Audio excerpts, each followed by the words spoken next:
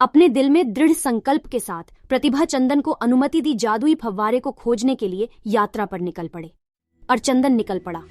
रास्ते में उसे कई परीक्षणों का सामना करना पड़ा, जिन्होंने उनके बंधन और संकल्प का परीक्षण किया। उसने अकेले काम करके बाधाओं पर विजय प्राप्त की।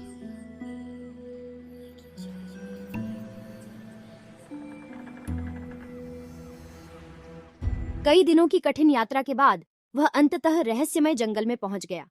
इसके हृदय की गहराई में उसने झिलमिलाते फव्वारे की खोज की। इसका पानी कीमती रत्नों की तरह चमक रहा था।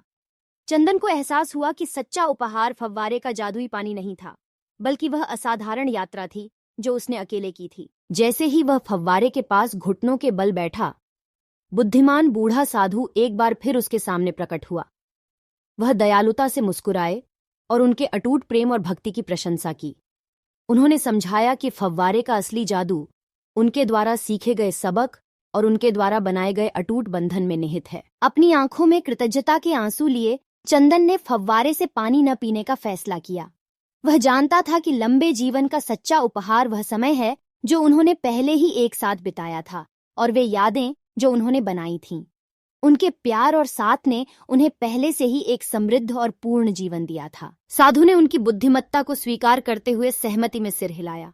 उन्होंने उन्हें आशीर्वाद दिया, जिससे यह सुनिश्चित होगा कि उनका जीवन आनंद, अच्छे स्वास्थ्य और खुशी से भर जाएगा।